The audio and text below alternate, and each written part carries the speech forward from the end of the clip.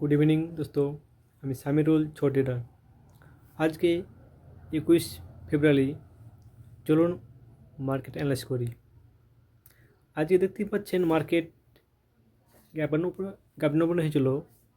তারপরে সকাল সকাল মার্কেট বোঝার চেষ্টা করছিল, কিন্তু এই জন্য একটা ছোট্ট রেজিস্ট্যান্স ছিল, তাই এই জন্য ডজি ক্যান্ডেল বানিয়ে মার্কেট আজকে অনেকটাই ফল করেছে। ফল করার পরে যেহেতু এখানে একটা খুব সুন্দর স্ট্রংলি সাপোর্ট ছিল একটা, তাই এখানে হ্যামার ক্যান্ডেল বানিয়ে দেখতে পাচ্ছেন মার্কেট সাইডওয়েজ সারাদিন হয়েছে। আজ প্রথমে তো ফল করেছে, তারপর মার্কেট সাইডওয়েজ ছিল। তবু সাইডওয়েজ থাকার সত্ত্বেও যেহেতু ডাউন ট্রেন্ড ছিল আজকে মার্কেট, এই জন্যে যদি আপনারা সেল করতেন তাহলে মার্কেট প্রফিট পেতেন। তো চলুন এইসব জন্যে কী ক্যান্ডেল তৈরি হচ্ছে, সেলিং ক্যান্ডেল, সেটাই দেখি।